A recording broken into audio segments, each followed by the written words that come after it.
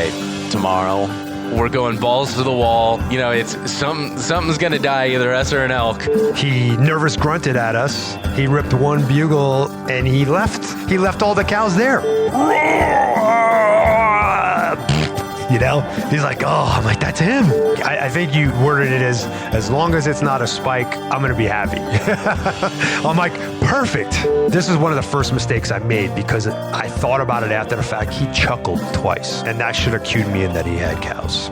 I'm like, oh man, it was like all of that adrenaline hitting, like all of the freaking 4 years worth of elk hunting hitting me at once. This is John Stallone of Days in the Wild, and you're listening to The Wild Initiative. Put down your latte and pull on your boots. Our culture needs people that are leaders and not people that are waiting for somebody else to show them how to do it. Those fields of tofu, that was formerly habitat for wildlife. You're killing off wildlife by being a vegetarian just as much as a hunter when he kills a deer. I'm like, well, you see that bush right there? There's your bathroom. Yeah. My dad wears a Levi jacket. He sits in front of a sagebrush and he tells me the best camo is hold still. Not to Donnie Vincent this, but be relentless in everything you do. Don't crap out, go back to the truck with excuses or whatever. Okay, assume I get a deer. How do I cut it up to fit into a Honda Civic? Just get outside and go, because once you do, it's all gravy from there. Hey, this is Zach Griffith. This is Hannah Barron. This is Jason Phelps of Phelps Game Calls. Hey guys, this is Cody Rich from the Rich Outdoors Podcast. What's up guys, this is Chad Mendez. You're listening to The Wild Initiative.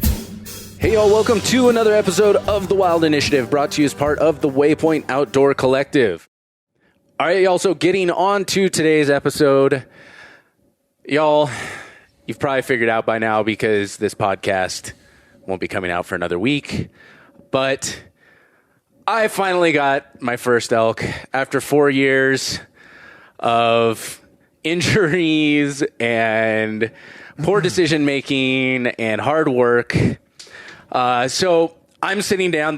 We're recording this literally a couple hours after the elk was shot. It's 2:32 now. We probably shot it 11:30. Was it? No, was it earlier than that? I think it was just a little bit earlier than that. Hell, I'll tell you right now. Well, John's looking up the video. I got it to on check video. the time. But I'm here with the one and only John Stallone of Interviews with the Hunting. Well, no, I'm so used to saying that. Yeah, it's okay. Days in the Wild, the rebrand. You shot him at 9:15. 9:15. Yeah. Okay. Yeah. Well, John, I do also believe this is a record. I believe that you're officially the most frequent guest on the podcast as of this. Yes. Winner, chicken dinner. What? Do I get a certificate or something?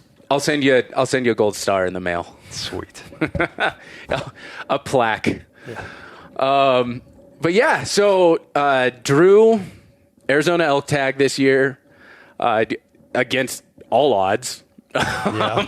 You didn't have any points, right? I had 3 points. Oh, 3 points. Okay. And I was looking, I think this is like a 12, 13 point unit for out of state. Yeah. And, everyone's posting their like their tag draws and this and that for Arizona. And I'm like, I already had something else I had to check on my credit card statement anyway. Mm-hmm. And so I'm like, I better go look. And I look, I'm like, okay, that didn't hit. And I'm like, okay, Arizona Fish and Game. And I'm, what? No. I just kind of keep going through. I'm like, and I look back, I'm like, no. Like, but I couldn't I couldn't process it. It was like out of the realm of existence. And I'm like, well, shoot. I'm like, it must be a different tag or something else that I put in for. And I'm like, no, the price isn't right for anything else. And so I think I finally ended up having to text a few people, like send them screenshots. And I'm like, does this mean what I think it means? And they're like, yeah, hate you. That's what it means. But I think I texted you that day. You did. I shot you a text that day or I sent you a call. I'm like, hey, buddy, guess what? Yeah, that's awesome. We didn't know at the time. You thought you might have drawn 9.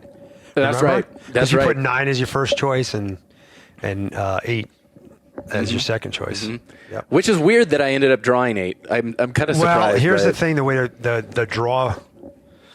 Actually, I think...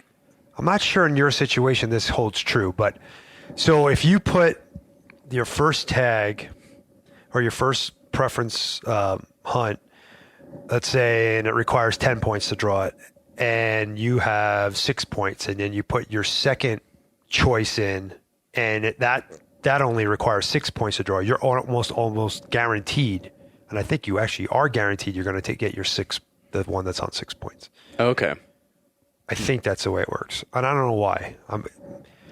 It's been explained to me a million times, but like I hear the odds here are really hard to calculate for Arizona. I mean, the one good thing about Arizona is you mathematically have a chance. Obviously, yeah, doesn't matter what, you mathematically have a chance to draw no matter what.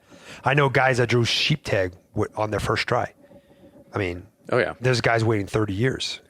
Well, and that's the thing. Like, I think, according to Go Hunt or whatever, I think my odds were less than a 1% chance of drawing this tag, which again, it's like the 1 or 3 points whatever. On, so you're saying there is a chance. Exactly. Which is also what I always tell people. I'm like, don't just buy preference points if you don't, Unless I get it. Don't want to go that year. Like, it's the only time that I buy a preference point is when I'm like, you know what? I don't want to draw this year because I got this, and this going on, whatever. Yeah. But if I put in, I always have, I'm sitting there, fingers crossed, waiting. Yeah. Yeah. So this is encouragement to everyone out there. With your awesome luck in drawing a tag, you also had shitty ass luck having the worst rut that I've ever experienced. Well, maybe 2002 was a little bit worse. I was going to say, weren't you talking to someone, like a few people, and they're like, yeah, everybody this is literally the worst rut. I reached out to about 6 different outfitters that I know, and David Rigo, who's the game and fish warden here in the area, he said it. All the guys that I talked to that are hunting neighboring units too, they're saying it. The only guy that was hearing, which is funny because 11M is not typically a very rut crazed unit. Mm-hmm. That was the only unit that I heard that bulls were screaming. They were getting crazy. So, I mean, as far as in the neighboring area. Yeah. Like, I don't know. I didn't talk to anybody in 23 or, any of that ones or any of that stuff. So, but in the Flagstaff area, everybody was saying the same thing. 7 West, 7 East, 9, 10 even. Not really seeing or hearing the same. Well, and I mean, we were talking about it today. We're pretty lucky, especially compared to what we were talking to other people in this unit were saying. All but really one day we were chasing bugles. Right. And that Tuesday was a rough Tuesday. Yeah. But it was Tuesday. I mean, what will happen on Tuesday? We could start from the beginning. So Monday, what was our first day was Monday. I opted. I told you, let's not start on opening weekend because it's always a shit show. Mm-hmm. Let's start on Monday. And had I known it was going to be the way it was, I probably would have said, let's start on Wednesday or Thursday. Let's give it a little bit more time. You have 6 days with me, and then you'll still have a couple days after if it doesn't work out, whatever. But anyway, so we started on Monday. Monday morning, we went on I picked a spot based on some of the scouting that I did and some intel that I had gotten about, and I had showed you those pictures that I had. That tank had giant bulls on it. I mean, giant bulls. There was two bulls over 360. Oh yeah. And so we went up in that area, and there was rubs everywhere, and we're just ghosting through, but we're bugling. Well, you were ghosting through. You got the hang of it by the end. So we do need to address this, and this is how I want to talk through on the podcast is some of the ways you can see I can improve as a hunter, because I think that'll be useful stuff to share. But I think the number one note of the weekend, and correct me if I'm wrong, is my clomping, tromping bull in a china shop through the woods. Yeah. When I think I'm being quiet. I mean, there's times that, like I said, when you're making elk sounds and you're trying to pretend like you're an elk, it doesn't really matter if you're making noise. because elk make noise when they walk. But again, it's the kind of noise you're making right on that point too. Yeah, if you're kicking rocks, elk don't usually kick rocks. Yeah, they don't scuff their feet. I walk with very heavy feet, and apparently I do not lift my feet nearly enough. About half an inch off the ground. Yeah, anything that's in that profile is going. It's going flying. I gave up internally, mentally, to correct you on it after like 3 days. I was like, you know what? It's not even worth I want to say day 4 was when I finally started getting it a little more naturally. Yeah. Still, it's retraining yourself completely how to walk from something you've been doing effectively. You got to place your foot. I always, when I walk, if you think about stepping heel toe, every step, no matter what, whatever direction you have to put your foot. And when you're looking ahead, not down at your feet, recognize spots that you're going to step before you get there. You know, it takes time and practice. That I actually started kind of picking up more today was looking ahead. So I wasn't always looking right where I was about to step. Yeah. Looking ahead, but to where I could still keep my eyes scanning and looking for movement, things like that. Because, that's where I would struggle. Like, I would look up, I'd be scanning, and I'd lose focus, lose track, and I'd start kicking shit again. I always start kicking stuff when I'm trying to go fast, or like on the way back to the truck, I'm just like, I'm clumsily walking, and I'm just, Well, yeah, and anytime we tried to go fast, dear Lord, everything was out the window for me. I'm like, That's okay. It's okay. Guess what? You shot an elk. There we go. But yeah, so we got up. We got up in there, and we heard some bugles. No, not from the road. I don't think we didn't hear anything until like 8:30 that morning. It was when we got up there a ways though, because I remember you let one off, and we heard they were faint. Because you were like, "How the hell did you not hear those?" Oh yeah. You're right. It was faint. It was real faint. That's the other thing is I'm deaf. Yeah, you are deaf. Which is crazy because I'm deaf as F right now, and so you are like super deaf. You're clinically deaf. I heard him faint in the distance, and it was kind of the breeze picked up, was getting a little windy. I was like, where did that come from? And then I slid around and I let that courting bugle out because I knew that would get them woken up. And then he ripped off, and I was like, oh. He's not that far. Yeah. We were just kind of like around that knob, and we couldn't hear him good. We slipped in, and we quietly closed the distance because I didn't know if he had cows. He wasn't I couldn't. There was no way to get a read on him. Really. Yeah, because he wasn't bugling back. It was just like an occasional bugle, every once in a while. And I was like, okay, we're gonna have to go in and like slow play this guy or whatever, and or cow call. Originally in my head, I was thinking we were just gonna end up going in there and cow calling him. Yeah. And then as we were slipping in, I got eyes on the cows. There was cows with them, and I was like, oh shit, there's cows. And so we got in. I think we got to like 60 yards on it. And I'm trying to get your freaking attention, and I'm like. Oh, that's right. He was right there. The same realization that I was deaf. I did not hear you say that they're right there. I'm right there. I'm like, because I was a few steps behind you. I was trying to get up close enough, and when you moved, I think one of them caught movement. Yeah, and it kind of like scampered ahead a little bit. I was like, oh shit. I'm like, all right, let's just let things chill. They don't know what's up. They didn't really see you. They didn't smell you, whatever. And we sat there for like a half an hour, maybe, not even. And then we got in close again. And I'm like, all right, we're close on this guy's cows. Well, no, I think we skirted around that time.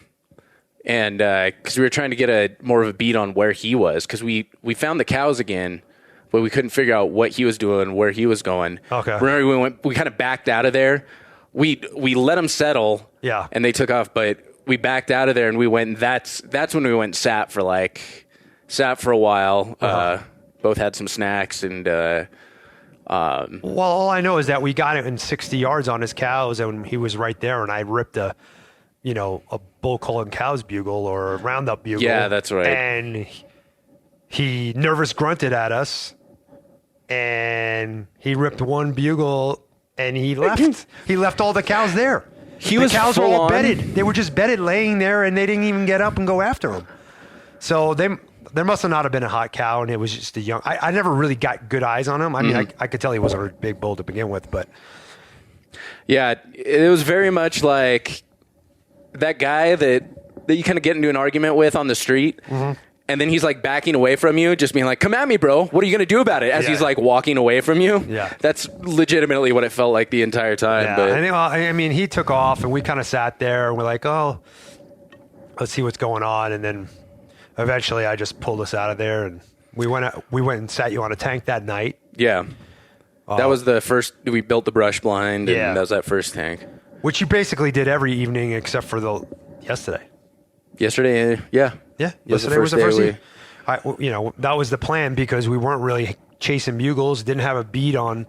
Tuesday, like you said, was horrendous. We didn't see an elk, we didn't hear an elk, nothing the whole day.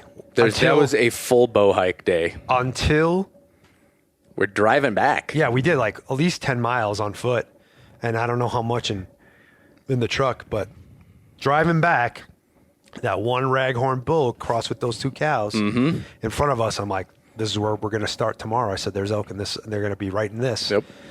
And I kind of looked at the topography, and I'm like, okay, where are they going to be? I looked at where the tanks were, and that's kind of what I do like a lot. Is I'm a big topo guy. Like I have a sense. I've developed a sense. I wasn't born with it. I've developed a sense of where elk like to be. And where they're going to bed. So, and that was pretty much the story the whole time, like how we kept getting back into them, because that bull where we first found him was like 4 miles from where we end up on him again today. I was going to say that Tuesday was what really set off eventually getting the bull. Right. The bull I got. So Wednesday morning we got on him. That guy we were on him. I mean, it's a big bull. It was a 360 bull. He had 5 other bulls in that canyon with him, all screaming their heads off, right? And it was almost like hard to make a decision which one to go after. There were so many all around us, and there's a few big ones. Oh, geez, yeah. I just remembered when we first set up, and I was going to do the breeding sequence and rake the tree and everything. When you got up to go, and I'm like trying to get your attention to look a certain direction because the other bull, it was coming across you at like 60 yards.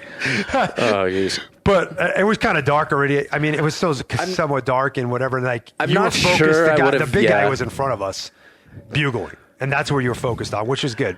And I finally, you caught my eye finally, and I turn and look. I'm like, am I an idiot? Did I just set up the wrong direction? Because I didn't realize you were trying to tell me there was a bull over there. Yeah. So I'm like, okay, then I guess I'll set up this way. And I'm like, it seems weird because the bugles are going. But yeah. No, there was just a giant. It was honestly, for me, it was a little too early to be shooting. Trying to be as ethical as possible.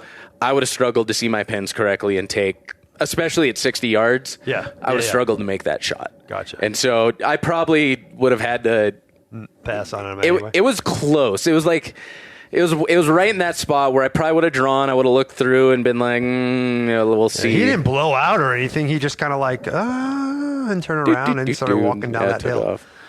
He came up, because I made those 3 cow sounds or whatever. But anyway, so we finally get on the herd bull. And we're following. 6:30 comes, boom, shuts up. Yep. I mean, it was only light for what, 40 minutes? Oh, geez. Not even? Was. I got on. Yeah, we snuck in on him in the dark at 4:30 in the morning. Like we were going with red flashlights and because it was still dark. He shut up right after we passed that dry water hole, and it was still dark when we passed that water hole. It was just getting light enough to turn off our headlamps. It was 6. I remember exactly 6:30. He shut up. It wasn't that light when we got to there. It wasn't that dark. You mean? I think we just shut off our headlamps before that, but anyway. Regardless, I digress. Anyway, So then that afternoon, I put you on the water hole and I try to relocate them in that canyon. They weren't there. Again, I busted out Onyx maps. I looked at the topography and I'm like, you know what? I bet you any amount of money he went up and he went over and he went to this, because they like flat, at least here in Arizona. I mean, I don't know this to be true in other states, but they like flat mesas type of country to rut in. And I figured that's where he's going to be tomorrow morning. That's where he's going to be all night long with his ladies. Well, it's a lot easier to get busy on flat ground than it is on a steep slope. Exactly. So the next morning we got up and around, but there was 3 other hunters there. We had another hunter move in on us also that Wednesday morning also. Yeah. I mean, to some extent, that's kind of been the story of. Oh yeah. Except for the last 2 days. Well, really. we forgot to mention on Tuesday I called in 6 Oh hunters. geez, yeah, I forgot about. I do have to say, so this was kind of a dickish move on our part, but that was fun. A hell of a lot of fun. I had to do it. So we were like 60-40 that it was a hunter, and we were like, okay, if there's a chance this is a bull, let's call it in. So I set up, you called it in, and then we started just like you said, how they were calling the calls they were making, everything. It was like, this is a hunter. Yeah, it's clearly a hunter. And you're like, hey man, I'm gonna let off a. What was it? Just like a nervous grunt or something? I'm gonna let off a nervous grunt, and we're gonna sprint out and get these guys' heart rate up a bit. Yeah, we just ran out of there like a just bunch of elk crashing, breaking things. Just making them think they busted the elk. Like they were coming in with bad wind. They were cow calling in the whole way. Like, I mean, it was so obvious that it wasn't elk. The way I figure it, but I had them going. The way I figure it is because there was nothing else that day. So I guarantee they were having the same day we were having. Oh, yeah, for sure. And so if that got them like a little bit stoked and gave them that little adrenaline rush to kind of like hunt hard the rest of the day, we're doing a damn public service. Yep, exactly. That's how I felt. I'm like, they probably made their day. Oh, yeah. They're like, oh man, we got within like 50 yards. And then we got like a couple hundred yards away from them, and then that other guy started bugling at us. We had dudes cow calling on either side of us at one point. And I'm like, that's the Fox Pro bugle. It's the exact same one you have. I'm like, that's the Fox Pro bugle. I know that sound. And he kept doing it over and over and over. Yeah. Oh man, yeah, that was. But it definitely started us in on the path we were on that day. By the end of it, and.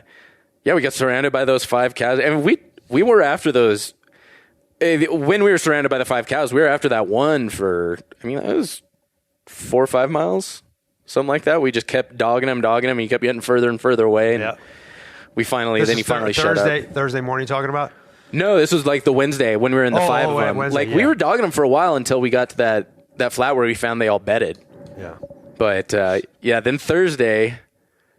Well, Wednesday I went and sat the tank night. again. Yep. And it's just we were trying to play the odds with that tank too, because it was we knew there was bulls coming to it. We had footage of bulls coming to it. We had some intel from some friends of mine, but and so we're like, okay, he's gonna come back. He may, so sit it for enough evenings in a row, unless something we know comes up beforehand. Right.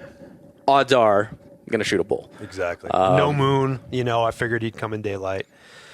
But anyway, so Thursday morning, we get up there, and there's a hunter parked literally where I wanted to go. And I'd say that was about 40% of the time. They walked over and started talking to us, and they were the 2 guys that were on the bulls also. That's right. The morning before. And, we shared, some whatever intel, I guess, with each other. And there was a guy sitting on the water tank above us. So I'm like, listen, let's just go up. Let's go in between. We'll get in there. And everything we did, the wind was bad. Wind was bad. We couldn't go after these elk at all. So I said, you know what? I'm going to go to where they're going. Let's do that. Let's go to where they're going. Let's make it again, I broke out the map. I'm like, okay, this is where they're going to go. We got over there. The wind was good for us. And nothing. Crickets. We don't hear shit. And I'm like, wow, maybe they're not going to come here. I don't know. I thought they were going this direction. Anyway, so we sit down and we're having a little snack or whatever, drink some water. I'm like, all right, well, let's keep heading in this direction. I said, we're either going to go and circle around this little hill, or we're going to go up through this saddle and check to see, because on the other side of the saddle is another water hole. So I said, but before we go, let me, make some cow sounds. And I started making some cow sounds. And all of a sudden, he rips off. Yep. Right? And I'm like, there he is, right where we said he was going to go. Right? So we start heading over there. We get like 200 yards away. Not even. I think like 175 yards away from where we were sitting. And another bugle rips behind us. And we turn around and you're like, there's elk right there. And the bull with 3 spikes and like 3 or 4 cows literally passed the same spot we were sitting. If we would have just sat there and eating, or if I didn't make those cow sounds and hear him, we would have been sitting there a little bit. Shit. There's an elk. 20 yards. Oh, look, we're already set up. Yeah, exactly. It would have worked out perfectly. So, that was Thursday night or Thursday day. It was a little excitement. That was kind of a rough day because we hiked a lot that day. Yeah. We did what, 7, 8 miles that day? In the morning. Yeah. Just the morning. Yeah. Yeah, we won't talk about it. You put on some mileage because I'd be sitting in those tanks and you'd be putting on miles listening for bugles. And you know what? Every evening I went out, I could not buy a bugle. Oh, yeah. I couldn't buy one. I'd go I think that night I went to a completely different area and where I had gotten some intel, and I went in there and I could not. I probably put another 6 miles that night. Mm-hmm. Easy. Hiking around in there, didn't hear a peep. So brings us to Friday morning. Again, I'm like, well, that bull that we heard, Mr. Bugles, we called him. Mm-hmm. We heard Mr. Bugles going this way, and we end up going back after those other ones because they were way closer. Yeah. Right? And we left Mr. Bugles alone. I said, let me look at the map. Where's he going to go? Well, there's 3 water holes here. There's a nice flat mesa here. Some good hillside cover with the benches on it. He's going to go over there. He's going over there. I know he is. Sure as shit. The next morning, Friday morning, we get up there. It's like, what, 4:30, 5? Oh, 5. We got there a little. Yeah, because we got there late because we went and checked a couple other spots and everything got messed up. We that's the morning that we saw elk cross the road in front of us. Yeah, that's right. And we stopped there and we got super distracted by those guys. Spent time trying to figure out if there was a bull with that herd of cows or whatever. Yeah, it was just we saw the one cow off. That's right. That's right. We got in there pretty late for my taste. Yeah, we didn't get there till like just after, like hair after 5, something like that. Like 5:15 or something like that. Yeah. And so we get out of the truck and we're just sitting there waiting, quiet. And I'm like, all right, I'm gonna bugle. And I bugle. Boom, instantaneously, Mr. Bugles. Oh, yeah. He's like, oh, I'm like, that's him. Mm-hmm. And then we hear a satellite bull like maybe 150 yards closer to us. Yep. He lights off. And we're like, okay, let's do this. So we start cutting the distance in the dark, and it's getting lighter and lighter as we go.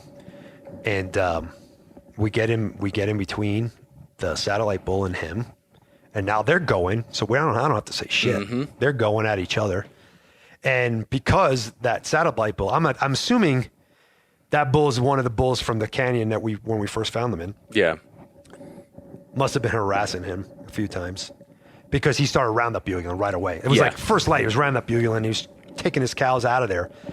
The satellite bull was staying still. And at this point now, because we haven't had much luck and it was getting close. So it was Friday. We only have one more day, Saturday, which is today. We're like, let's go try to get the satellite bull. We could cow call him in. Well, and so we had this discussion, and just to clarify for everyone, we had this discussion beforehand. You ask all your clients this, what are your trophy goals? What are your measures of success for this hunt? Are you just happy with anything? Is it go big or go home? Is it, I want something respectable. Right. Like, well, what are your goals? And I told you, I'm like, here's the deal. Like, again, like it's rare that I'm going to draw this tag.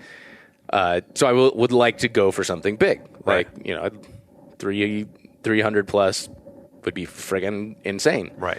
But you know what? If I go home with just a cool bull that we worked hard for, I'm going to be more than stoked. I think you worded it as long as it's not a spike, I'm going to be happy. Yeah. I'm like, perfect. You're my favorite client ever. No, I mean, honestly, like, there's nothing worse for me, in my opinion, when a guy's like, I want X amount of inches or that's it. Yeah. You know, like, you're already going into it not enjoying the hunt. You're already going into it not, when you have those expectations, that's like, because everything's a letdown. Oh, that was a letdown. Mm-hmm. That encounter wasn't cool. That was a letdown, you know? Yeah. So, but now at this point, we got a certain amount of desperation. Yeah. we're like, Brown is down, you know? Like that's the mentality that I'm starting to feel, you know? Anyway, so we got this satellite bull that's bugling hard. The other guy's walking away like he always does. He freaking rounds up his cows and goes away. You know, and we've already put where we didn't say the tactics or whatever that I used prior to try to get that big bull to come in. But I feel like I pulled out all the stops. Yeah. I mean, raking trees, you know, round up bugles. Oh, freaking there was some. him. I mean, John was having some elk orgies back behind me when we were set up. It was rather impressive. Full on. I have the Fox Pro doing freaking cow sounds while I'm raking and bugling and grunting and glunking. Oh yeah. I'm putting on a show for sure. I was a one man band. I was one of those guys that, you know, that with the drum set on the front, the cymbals. Yeah, that was me. You know, I feel like that was the story. Honestly, with all the bulls that we really encountered, they weren't like. I feel like the rut was just starting to take hold, and none of them they were not like. Oh. All right, let's throw down and let's figure some shit out. Like this was like, no, I got my ladies, I'm going. For instance, this satellite bull like that's trying to get cows from another bull. You start throwing cow calls at them, they're like, ooh, yeah, their fucking pecker gets hard and they come flying at you. You know, it's like. We started doing that. They're the desperate, thirsty dude at about 2 a.m. once the bar's closing down. They hear scooping up the dregs. They hear anybody say, "Oh, I'm so tipsy." They're like, "Hello." Yeah, exactly. So, but that wasn't the case. We snuck in there, and I was like, geez. I'm like, does my cow call sound like crap? What am I? Am I doing something wrong? Do I sound like a fat bitch or what? What is this? Like, I don't know. What's going on? And he started walking away, but he was bugling, and he was location bugling as he was walking away. And I'm like, I'm right here. Right here. Meow, meow. I'm right here. Maybe he was as deaf as I am. I don't know, man. Anyway, so I'm like, well, that guy's out of the picture. So, again, let me look at the topo.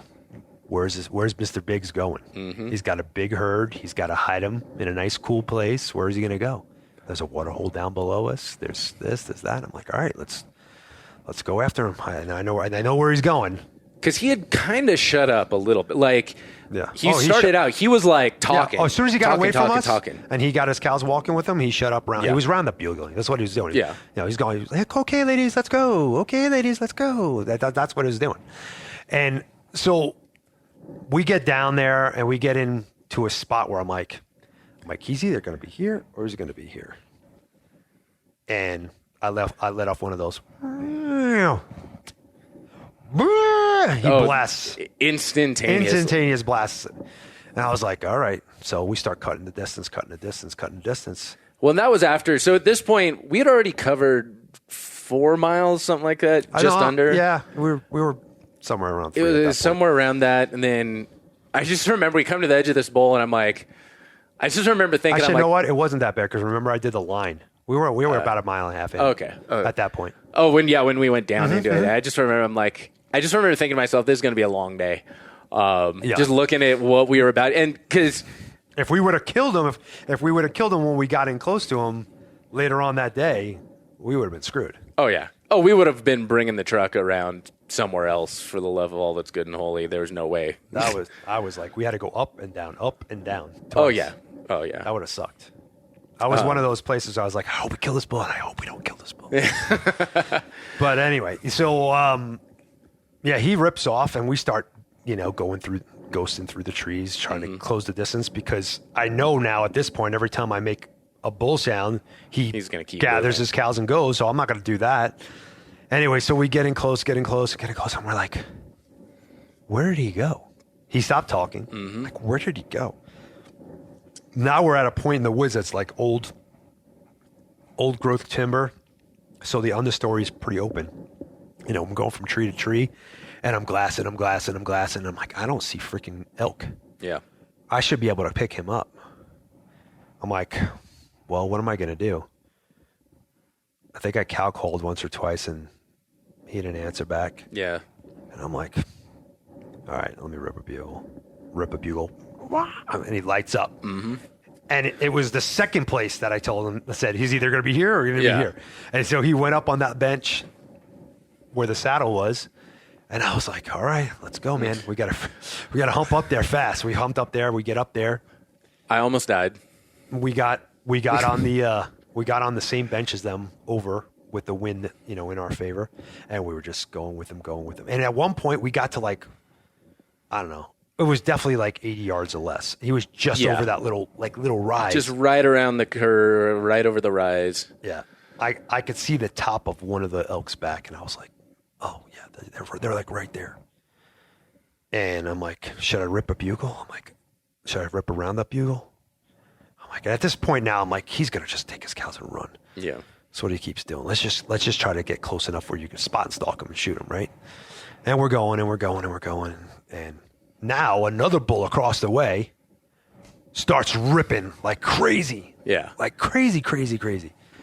And now they're going back and forth. They're yelling at each other back and forth. I'm like, great. This is letting me know where this other one is, and I don't have to do a damn thing. And we're closing the distance. And he wraps around the whole freaking mountain. And we literally traversed around.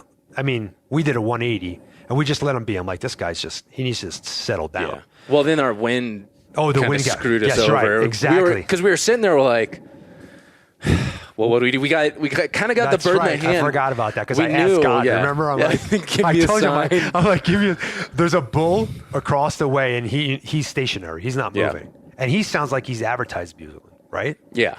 Like to me, everything. Every we thought he was a satellite. I thought he was a satellite because he was trying to pick up some ladies. Advertising, and just kept doing it after one after another, even after that other. It wasn't even in response to the bull most of the time. He was just kind of going right.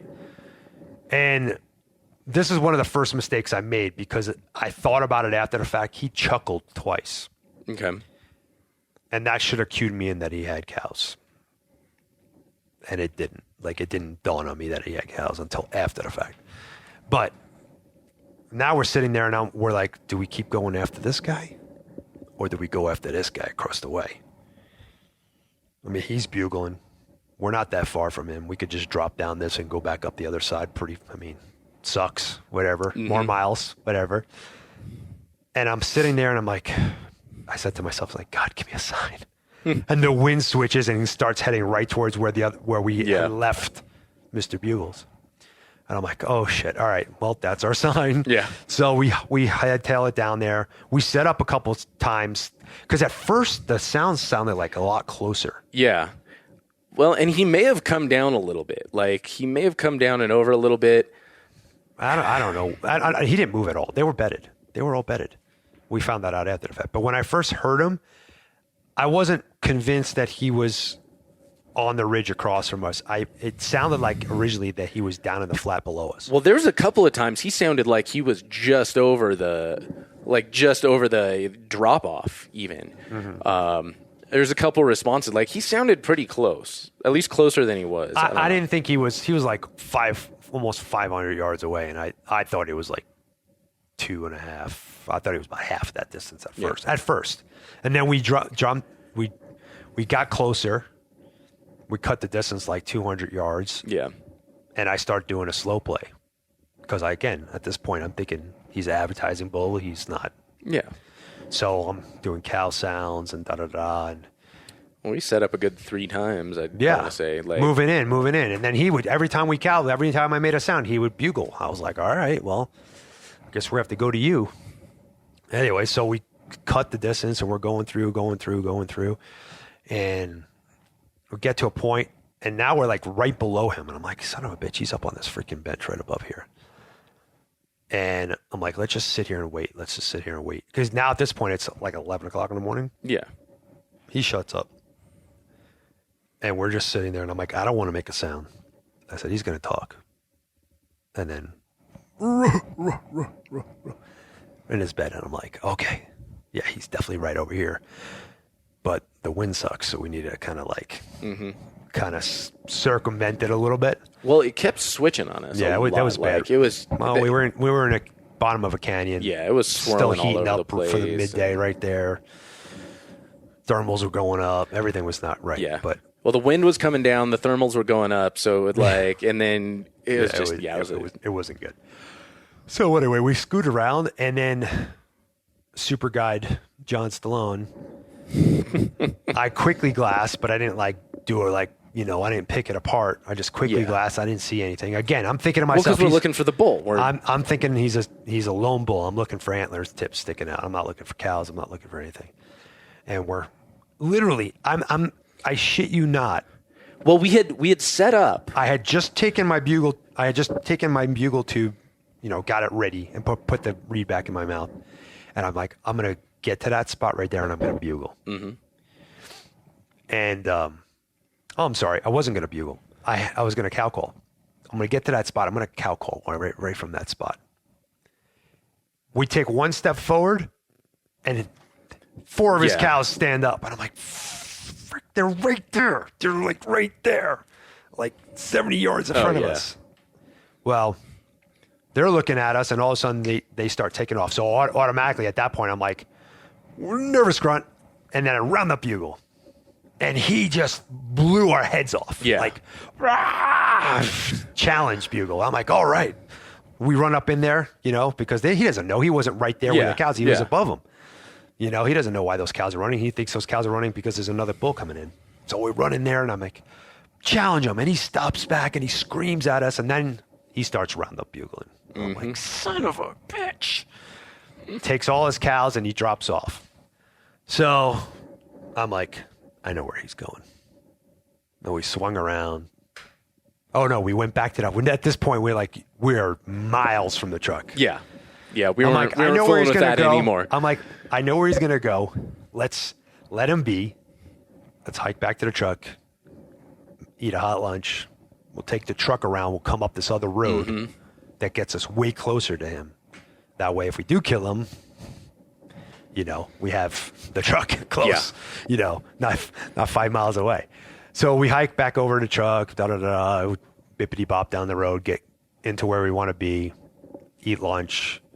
And it's like 3:30. I'm like, let's just chill out for a half an hour and we'll go in at 4:00. We'll start making our way towards him. We start making our way towards him. And I'm trying to think. Well, remember, we went after Mr. Bugles first. Oh, you're right. We did. Because he was closer. Yeah. We're like, let's try to go after him. It was because we first were going to go down that road, and the road was all janky. You're right. And so we're like, let's go back and we'll go up this kind of... We couldn't get down that road that I wanted to get to the other bull first. And they were like, all right, let's go try Mr. Bugles. And then we went over there. We climbed up to the bench that we thought he had bedded at, ripped a bugle, and the other guy answered from across the way. Yeah, we were getting nothing from Mr. Bugles. So we ran back down to the truck about a mile, running down the ridge, jump in the truck, scoot over there. You're right. Back to the janky road. Back to the janky road, exactly. And then we hiked up the road instead of we left the truck because we didn't want to get a flat or whatever. It was just all boulders. And we hike up the road, and I'm like, all right, I think they're going to be right here. We climb up on top of this little bench. It was like a mesa that kind of jetted out. And I think I was just rushing. Everything was so rushed at this point because we went over there, we drove over here. It was like a mad. Well, we were kind of running out of time. Yeah, it was already 5. It was plan. like 5:30-ish already at that point, right? Or maybe even later. I think it was closer to 6. No, that wasn't when we went way onto the other side. It was that late because we went up the janky road. Yeah. Okay, you're right. We caught wind of them, but they were moving. It was like 5:30. So we got up, and I'm like, I'm gonna bugle right here, and let's see where he's at.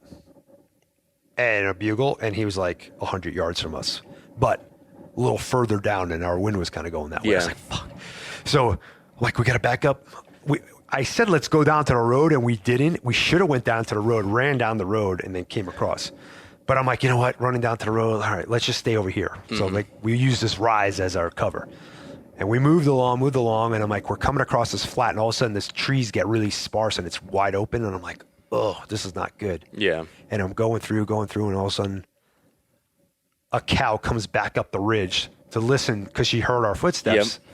And I'm like, there's a cow right there. Stop. 60 yards in front of us.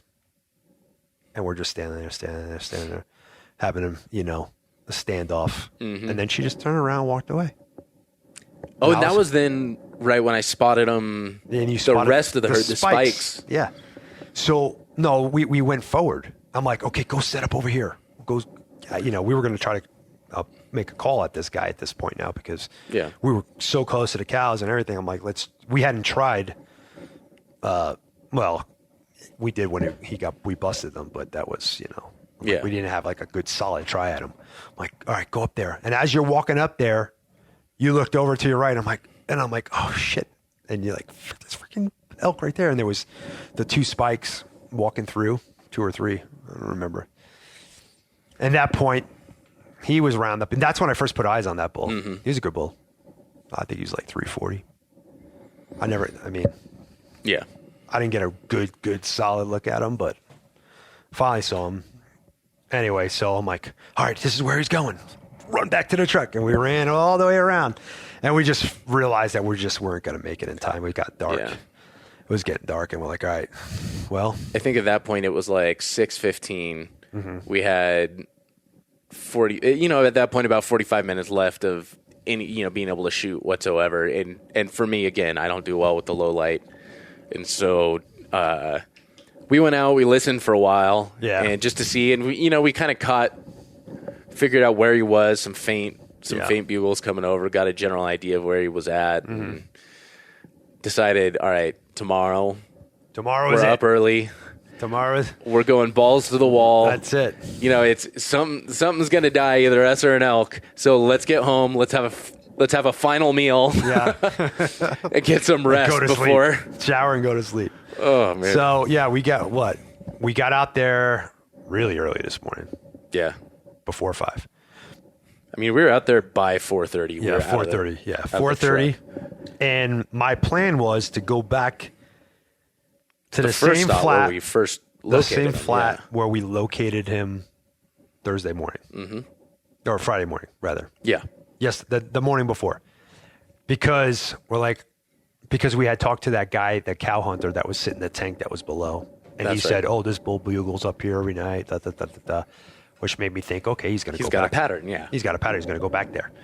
But in my head, I'm thinking, it can't be. That can't be the same bull. Remember, I told you that. It's like, it can't be the same bull because that bull is the same bull that we chased from almost 4 miles away. Mm-hmm. This bull has gone 4 miles. So I'm like, all right, well, let's go there and we'll rip a bugle and see if he answers back. If he answers back, then we know what to do. Well, we rip a bugle, and sure enough, satellite bull or another bull bugles in a different direction. And we're like, is that a dude? It was kind of yodely. It was very at first I was like, I don't know if that's a real elk. So I'm like, all right, let's go down the road a little bit and let out another bugle. And now he lets out a, you can hear the inflection, and okay, that's definitely an elk. And I'm like, it's also 5 o'clock in the morning. It's coming from that water hole. There's no car parked right here. Yeah. There's no truck parked right here. And I don't think it's a guy, So we played cat and mouse with him till 6:30. Yeah. In the morning, we slipped in again in the dark, tiptoeing. Set up 2 or 3 times. Yep. Thought we were going to bring him in. He would just stand out there like, I don't know, maybe. I don't think he was more than 100. I never put eyes on him. Yeah. But I don't think he was more than 150 yards from us, and he just would not. I mean, I did nothing, even before we went in, it sounded like he was pacing almost. I hadn't given a bugle since 4:30 that morning, and so it got lighter right before 6. Mm-hmm. and I did nothing but cow calls. And then when he didn't come into the cow call, because I was like, he's a lone bull. There's no way. Yeah. I'm like, he didn't make defensive sounds when we were bugling. So when I did the 2 bugles, so I didn't think he had cows. And I may be wrong. I never saw, but I didn't see any elk, Yeah. Anyway, so finally 6:30, we decided, because he's walking away, and I'm like, you know what? We're not going to chase this guy. He doesn't want to play. Like, I don't know. Whatever I'm speaking, he does not liking. Yeah. So I'm like, when I even told you, like, time to go back to look for Mr. Bugles. I was kind of like, dude, we know where we left him. I can't get Mr. Bugles off my mind. I remember telling you that. I'm like, I've been thinking about him all morning, man. Oh, like, shit. I mean, he's a giant bull. You hadn't seen him. I hadn't seen him, but like him and the other guy that we chased, like those two, they were the ones that were in my head. They got stuck in my head. And there were 2 big bulls. There were 2 big herd bulls, and they had big harems with, little satellite bulls and spikes and whatever with them. It's like that's what you come to Arizona the for. elk hunt, Yeah, exactly. So we're I'm like, I know where Mr. Bugle's is gonna be. I said, we're gonna bugle here. If he doesn't answer here, we're gonna drive down here, and he's gonna be up on that freaking saddle again. Mm-hmm. So we get over there, get below the saddle, bugle, and he pops off. Actually, he popped. I go, let's just sit here and listen to him, see if he bugles. And he bugled on his own, right? Mm-hmm. But because we were still sitting in the truck at that point, I had the doors open. We didn't get out. I couldn't tell exactly where it came from. And I'm like, I'm going to rip a bugle, but I'm going to face it in the other direction and kind of make him think I'm further away. And I did that, and he just let us have it, right? Mm-hmm. So I was like, okay, I know exactly where it is. I marked it right on the Onyx. I'm like, he's right there. I know where he is. So we hightail it. And the cool thing is we had all those cattle. The moo cows were on that hillside. They're like all in the trees, and they're walking around making noise and shit. I'm like, dude, we could just fly up this. We can make as much noise as we want. They're not going to know it's us. So we went up that and got on top, and above him and to the right of him. We were far enough over because the wind kept switching, so we were a little bit. It wasn't directly at him, but it was like heading that direction. We weren't 100% sure where he was at, so we wanted to stay far enough away to where he wasn't going to get hit with our wind. I remember, and I know we're just sitting up there, sitting in the shade, or having a little snack, and I'm trying to think, like, how am I going to approach this? Mm-hmm. Every thought. When I even put a post on Instagram, which didn't post until after we killed your bull. Oh, funny. Didn't post because I didn't have enough service. Like, it showed us that we had LTE up there, but nothing was. I couldn't even get a text message. That's been this whole hunt. But anyway, so I put this post up there. I'm like, I did this yesterday, and I had this whole story and the map and where the bull was and the wind and everything. And I'm like, I just want to see what my peers say, just for shits and giggles. Just I'd like to hear what their thought was. In my head, I got a plan, and my plan is we're gonna sit here for as long as we have to, because I know that son of a bitch is gonna get up from that bench and he's gonna come this way, and we're above him. I'm like, as long as it's not 6:30 tonight when he does that, and our thermal's going down, we should be good. He's gonna come around this little bench, which wraps around and hits the saddle, and he's gonna go where he wants to go, right where he had gone. And we were packed in for the long haul. We were prepared to sit there. I literally had 4 pounds of snacks in my freaking backpack. Yeah. I was like, if I'm not leaving this spot, my stomach is not going to force me to get off the mountain. From the second we drove out, we're like, all right. Because I'm a slave to my stomach. Everybody knows who hunts with me knows I'm a slave to my stomach. But I'm like, in my head, I'm like, we're going to stay here, and they're either going to work their way towards us, or the wind's going to pick up, and we're going to be able to come across the top of this, and I'm going to be able to sneak in and spot and stalk them. And I just said to you, I'm like, I said, if I had one of my other guides with me right now, I said I would have them go back down to the truck and keep bugling and keep this guy fired up and his attention, and we'd slip in on him. Sure as shit, I hear a truck come down the road, and they stop, and they're like, he lights up. I'm like, okay, here we go. And because he lit up, those guys were bugling at him. Yeah. They were cow calling at him, everything. And I'm like, they're going to harass him enough that he's going to get up and leave. I'm like, we need to freaking get across. Yeah. We're hustling across the top. Well, and with both of them bugling, anytime either one of them would bugle, we Exactly. could Yeah. nearly sprint down the every time you across the bugle, we mountain. take get a little bit faster and a little more aggressive. I say sprint. I mean really big steps. Yeah, yeah, exactly. It wasn't really a sprint. We were tiptoeing across because I was like, I don't want it. Any chance.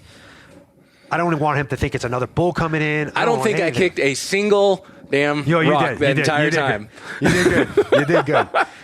We came across, and it's on top of that mesa. It's like not a mesa. On top of that ridge, it's flat. It's kind of nice, you know. So I'm like, we're just going across, and I'm like, I quickly look at the topo, and I'm like, oh, there's a little saddle above where he's at. We need to get to that because when these guys come, he's going to come up, and he's going to come up on top of this flat and drop over to the other side, guaranteed. So get over there. I'm like, oh, and I could see it ahead of me. I'm like glassing him. I'm like, oh, there's that boulder pile. Let's get over to that boulder pile. We're going to be right there. Get over there, and I kneel down, and I look through the trees, and now I could see it. I'm like, son of a bitch. Yep. I'm like, he's like 350, 360 bull. I'm like, oh, dude, he's freaking awesome. I'm like, can you see him? Can you see me? Like, no, I can't see him. And I could catch a little movement from the cows and the spikes and stuff like on the side. Because I was further back and down from you a little bit off to the side. There's trees in the way and stuff. Yeah, I know. You didn't have the same angle. Yeah. Anyway, so I'm like, this is perfect. I'm like, you need to move up. You need to move up. They said the next time he bugles, move up here real quick. And of course, he rips another one. I'm like climbing over you. Like using me as a pogo. Yeah, I got it. And you get in there and you get into position. I'm like, all right, they're going to come right up. They're going to come right up over here. I mean, it was the only way they could come. I can hear the bugles from down below getting closer now. I'm like, they're coming up. They're coming up. These guys are going to come up right at these elk.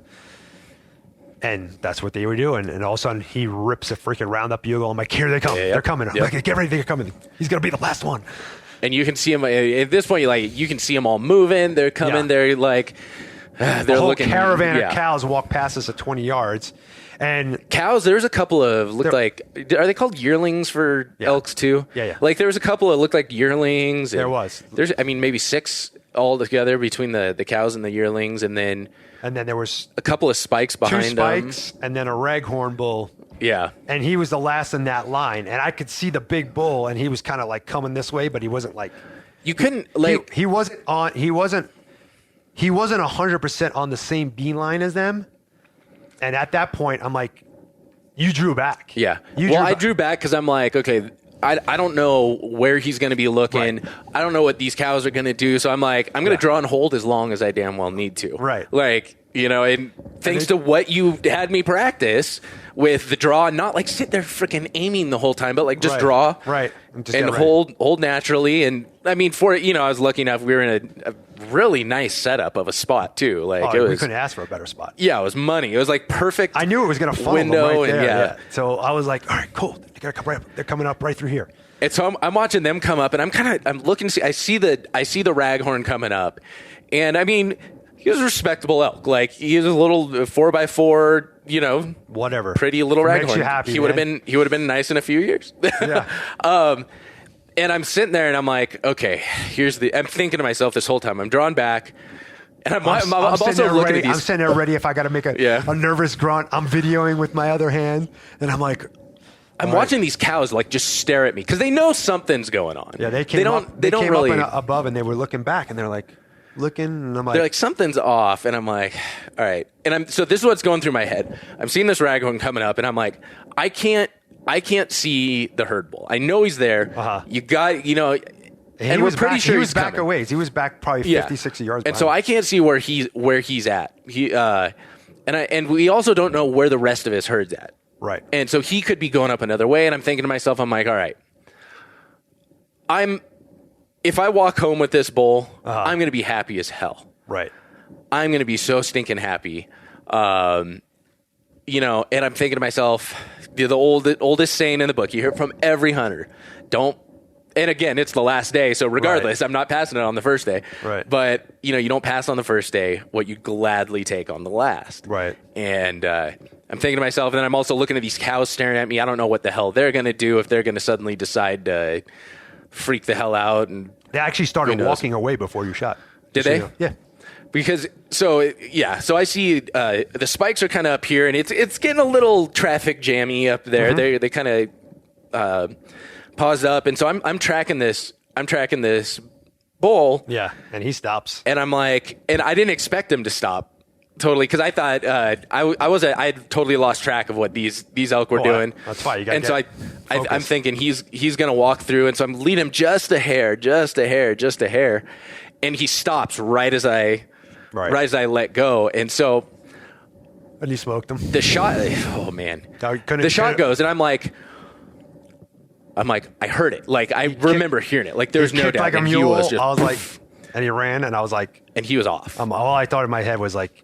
You smoked him, but I heard. But I kept getting nervous. I heard your arrow hit the wood on the because you skewered the tree. Oh yeah, and I was like, did he shoot low? So I went back and I could hear the herd bulls come in now. Mm-hmm. So I blast a bugle at him because he heard their cows running. Yeah. I was like, I blast a bugle at him, and he's freaking fired up. I'm like trying to look through the video at the same time while controlling the herd bull. Controlling the herd bull, looking at the video to make sure that. If you didn't hit him, we could shoot this herd bull. Yeah. If you missed, I'm like, no, you hit him, dude. Yeah. You look at it, you're like, I'm pretty, and I'm like, I'm at this point, like, I was perfectly fine. I was focused. I was remembering everything I was supposed to, like, beforehand. And, like, I was good. Like, I was almost kind of surprised. I'm like, I don't feel like my heart calmed down, all of that. And I was just, like, in the zone. But then afterwards, you could probably hear me even. I was like, oh, yeah, you were.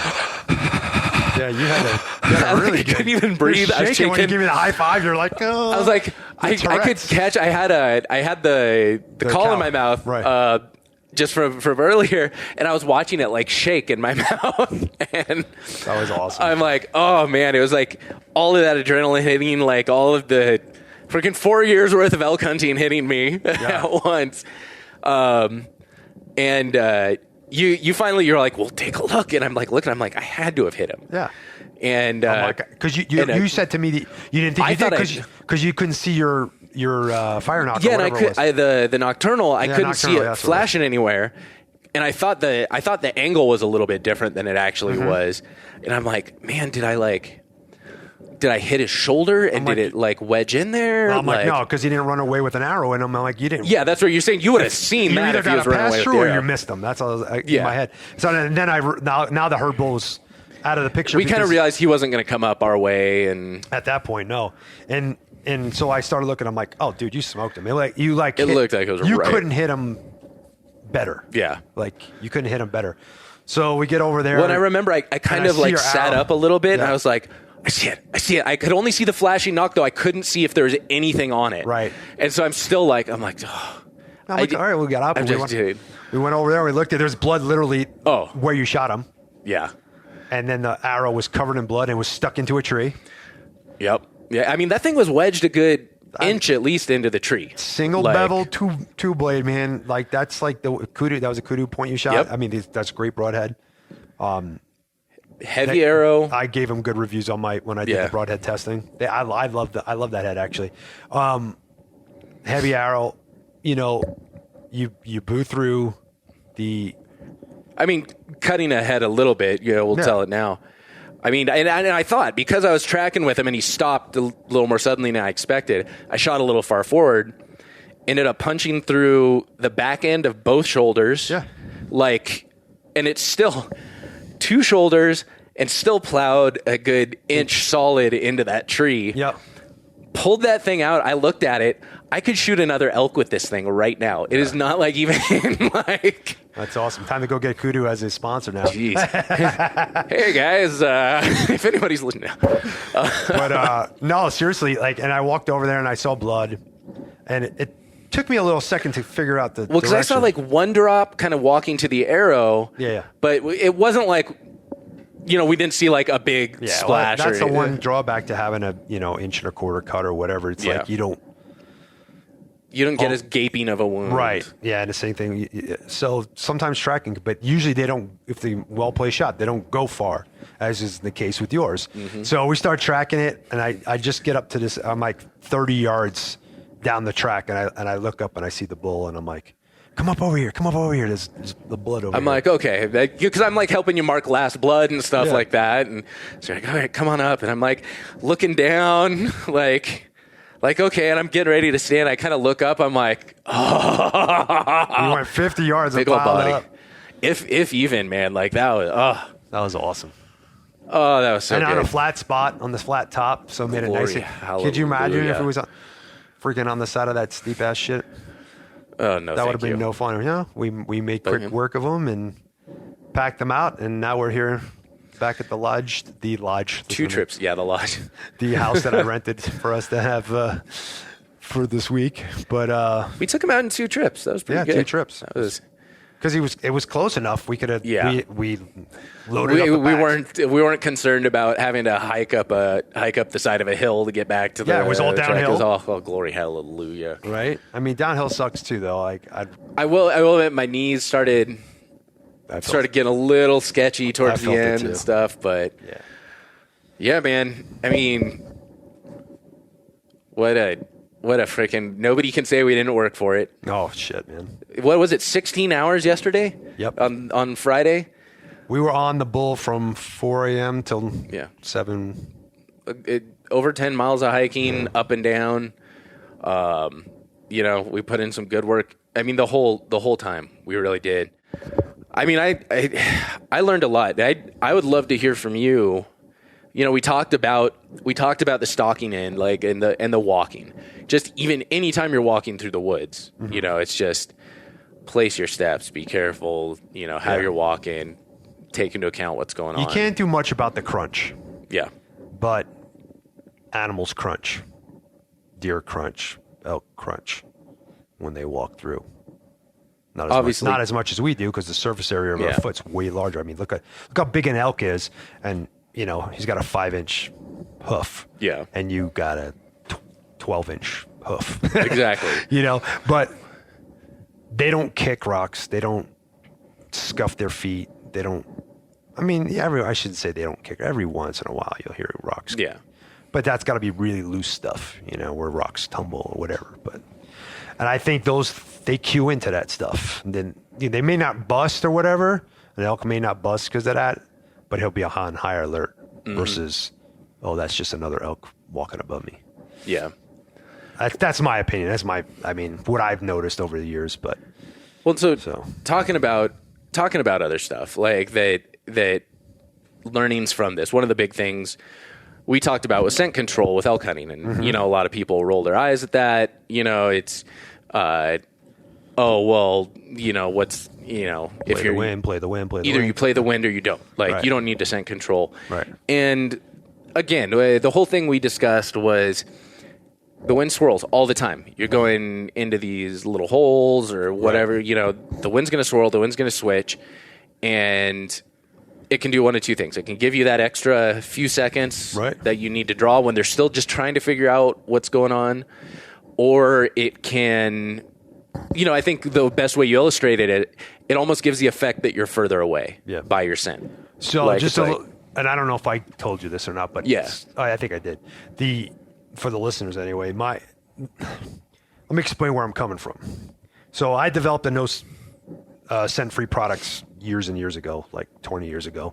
I did tons and tons of research. Matter of fact, I wish I still had this video. It's on an SD mini DV tape that I think is ruined. They got ruined from a flood, but I got video of me laying in a pile of leaves next to some corn, whatever, and a white-tailed doe comes up and is eating the corn, and I'm clearly where she could smell me, and I pop up and smack her in the face. Shit. And I did a bunch of testing like that, like purposely coming with the wrong wind, whatever. A couple years ago in Utah is a good example. The wind was great. I was like, okay, cool. And I pop over to peek over the edge, and I feel the wind hitting me in the back of the head. I'm like, it's literally, the wind is beelining it straight down to this buck. And I even puffed my wind puffer, and I could see the freaking white dust hitting him in the face. I'm I'm like, I'm screwed. I'm like, I better do this now or he's going to bust out of here.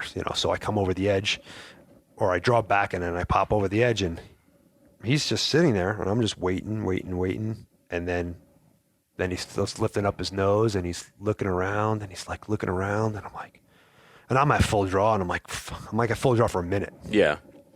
Actually, it was more. I think it was over a minute.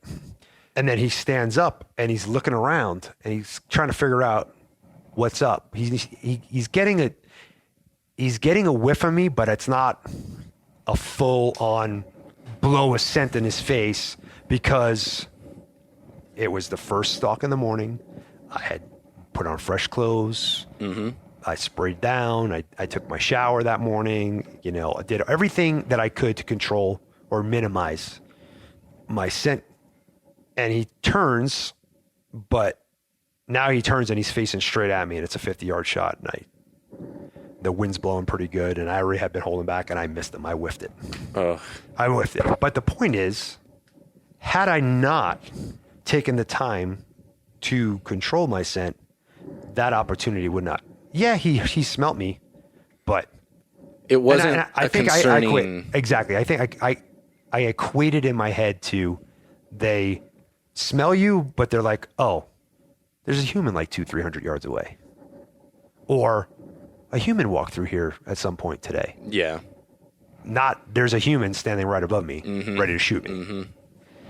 So, and that's what I equated to. And like you said, you can't control the wind. So do everything. You can't. It's the do question whatever of you can do possible to. How much is it worth it? Is it worth it to you to take a shower? Yeah.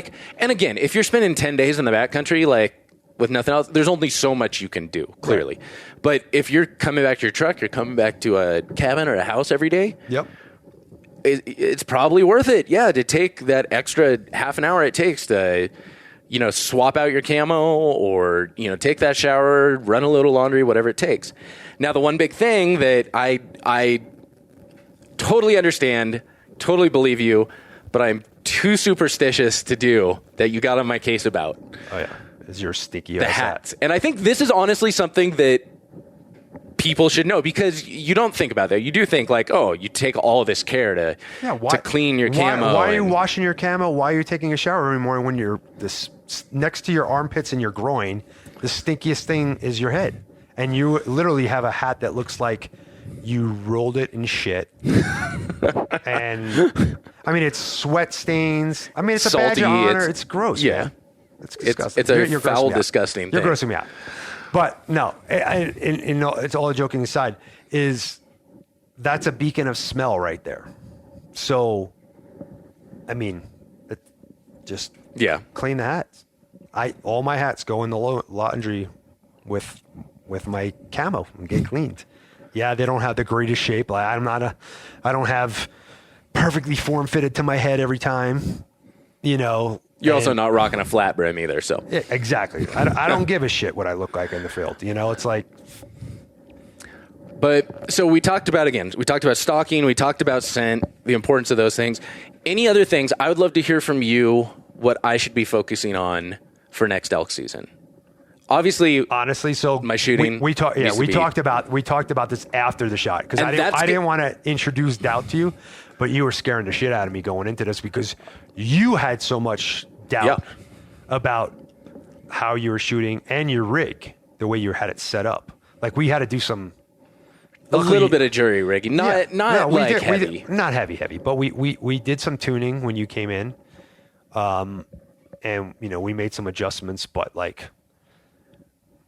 those arrows are like spaghetti noodles for how much weight you got up front. Yeah. It's definitely got a spine issue. And I was concerned. I was concerned about it because if we had to take a longer shot, that might come into play. Yeah. 20 yards, 19 yards or whatever that shot was today. You could have threw your bow at him and probably killed him. Yeah. So, and I was grouping with him. I knew I could make the shot. I just got really, really into my head about it. Yeah.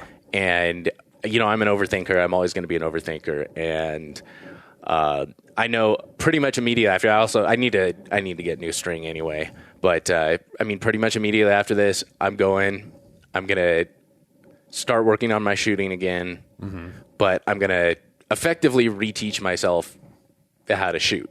Right. I'm going to go in. I'm going to get my 3 points. I'm going to really work on my shooting. I'm going to work on my arrow setups a lot more now, and take the time well before the season to do it. I'm going to simplify. I'm going to simplify it. This is the best way to look at everything. There's so many things in hunting that you cannot control.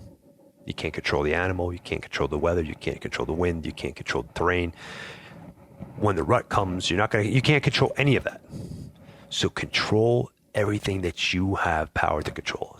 That's the tune of your bow, the arrows you're shooting, how physically prepared you are, how well practiced you are, putting yourself in, as many lifelike scenarios as possible, practicing your elk calls. I mean, just anything that you can improve and try to minimize the chance of user error or having, do it.